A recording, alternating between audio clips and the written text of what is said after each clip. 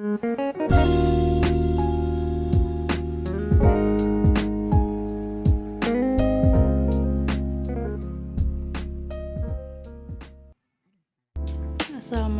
warahmatullahi wabarakatuh. Selamat datang di channel ini dan selamat bertemu lagi dengan saya di video kali ini. Nah, sini saya akan membuat video tugas keuangan dan perbankan yang diampu oleh dosen Bapak Bobi Rantau SSCME. So, kalian pantengin terus video ini dan jangan ikutin saya terus ya guys. See you.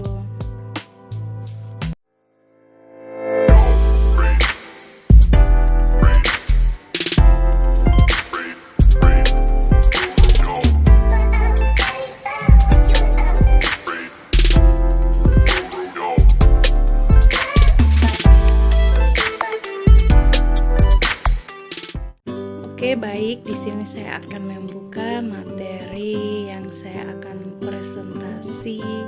Nanti materinya itu yang berjudul tentang asuransi. Nah, so kalian terus ikutin saya ya. Oke, di sini saya sudah membukanya. Materinya yang berjudul tentang asuransi. Yang pertama ada pengertian asuransi. Nah, asuransi pada dasarnya merupakan perjanjian antara pihak asuransi sebagai penanggung dan nasabah sebagai tertanggung. Dalam asuransi, penanggung memberikan pertanggungan atau penggantian apabila terjadi sesuatu yang menimpa pihak tertanggung atau barang miliknya sesuai dengan perjanjian yang telah disepakati. Asuransi juga merupakan perjanjian antara perusahaan asuransi dan pemegang polis, di mana tertanggung membayar sejumlah premi untuk mendapatkan pertanggungan atas risiko kerusakan tanggung jawab hukum kepada pihak ketiga yang mungkin diderita oleh tertanggung, menerima pembayaran yang didasarkan pada peninggal atau hidupnya tertanggung dengan manfaat yang besarnya telah ditetapkan atau didasarkan pada hasil pengelolaan dana. Selanjutnya ada tujuan asuransi. Nah, di sini bukan tanpa alasan orang memiliki asuransi. Pasalnya, kepemilikan asuransi bertujuan untuk 3 hal di bawah ini. Yang pertama ada melindungi kehidupan dan proteksi aset. Ketika terjadi resiko seperti masuk rumah sakit, tidak jarang kehidupan dan aset menjadi korban. Asuransi bisa melindungi kehidupan dan aset yang dimiliki oleh nasabah pada aset hal tersebut terjadi. Yang kedua ada memberikan perlindungan finansial dan keamanan jangka panjang.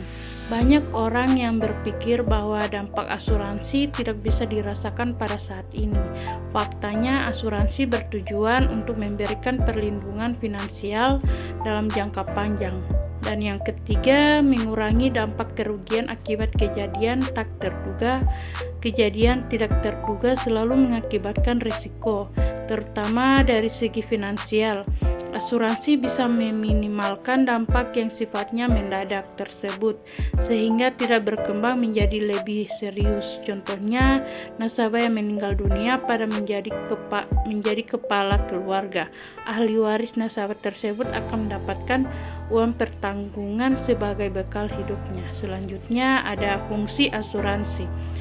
Tujuan dan manfaat asuransi memang berdampak untuk masa depan, namun asuransi juga memiliki fungsi yang bisa dirasakan selama masa pertanggungannya, seperti yang pertama ada mengelola risiko. Manajemen risiko diperlukan dalam berbagai aspek kehidupan. Asuransi berfungsi dalam mengidentifikasi, mengukur, dan mengelola risiko yang mungkin terjadi. Nasabah bisa terhindar dari risiko keuangan akibat mengalami kejadian yang tidak diinginkan karena sudah ditanggung pihak asuransi. Yang kedua, menyediakan keamanan finansial. Asuransi juga berfungsi untuk menyediakan keamanan finansial bagi nasabah. Nasabah tidak perlu merasa cemas ketika terjadi masa sulit karena sudah memiliki asuransi yang siap menanggungnya. Nasabah hanya fokus pada kewajibannya, yaitu membayar premi dengan periode dan jumlah yang sudah disepakati. Yang terakhir ada memberikan ketenangan pikiran. Memiliki asuransi juga berfungsi untuk meningkatkan kesejahteraan secara psikologis. Nasabah bisa merasakan ketenangan pikiran dan tidak perlu khawatir ketika sudah memiliki asuransi. Pikiran yang rileks tentu akan membuat nasabah bisa berkonsentrasi untuk menjalani kehidupan sehari-harinya dengan tenang. Selanjutnya ada manfaat asuransi. Asuransi juga membawa manfaat perlindungan dari berbagai aspek kehidupan, tidak hanya finansial. Aspek seperti kesehatan, jiwa, bahkan pendidikan dan pensiun pun merasakan manfaat dari asuransi. Yang pertama ada perlindungan finansial, yaitu bencana alam, kecelakaan, dan kejadian tidak terduga lainnya tentu bermanfaat membutuhkan dana yang tidak sedikit untuk pulih dari peristiwa tersebut. Yang kedua ada perlindungan kesehatan, yaitu bermanfaat untuk perusahaan asuransi yang kredibel, memiliki jejaring ke fasilitas pelayanan kesehatan yang mumpuni. Yang ketiga ada perlindungan jiwa, yaitu asuransi juga bermanfaat ketika nasabah yang berstatus sebagai pencari nafkah berpulang.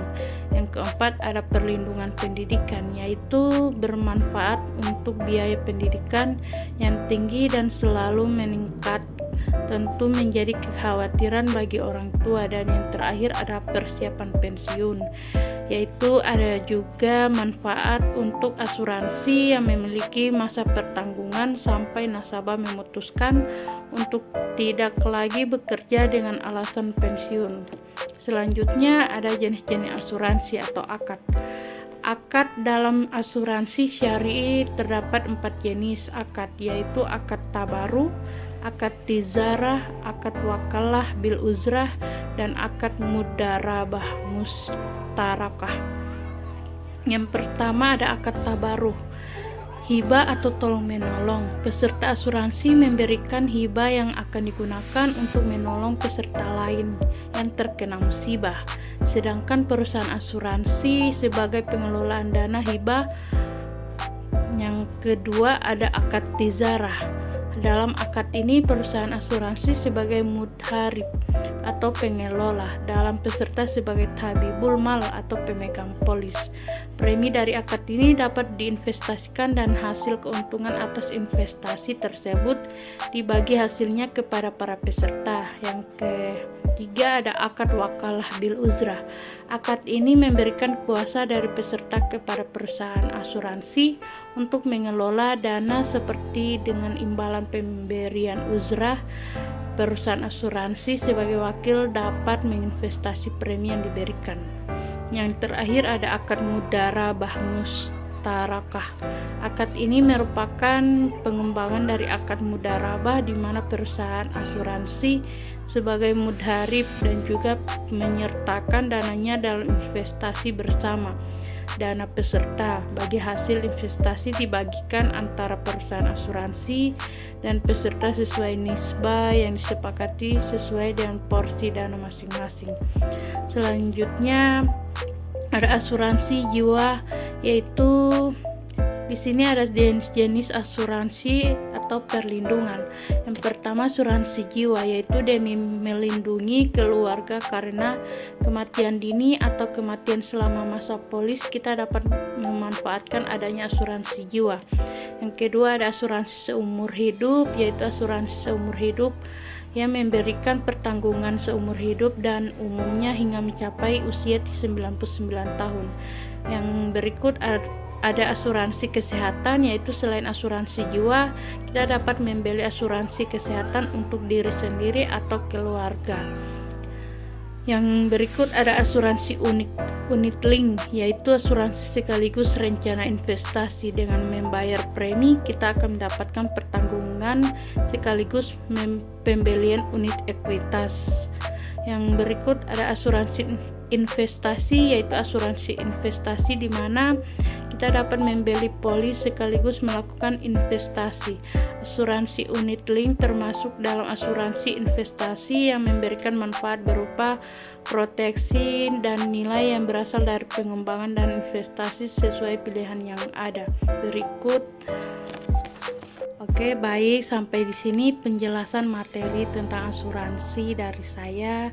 Semoga dengan video ini saya dan juga kalian bisa bermanfaat untuk mengetahui tentang materi asuransi tersebut. Dan jangan lupa like, comment, and subscribe. Sampai jumpa, see you.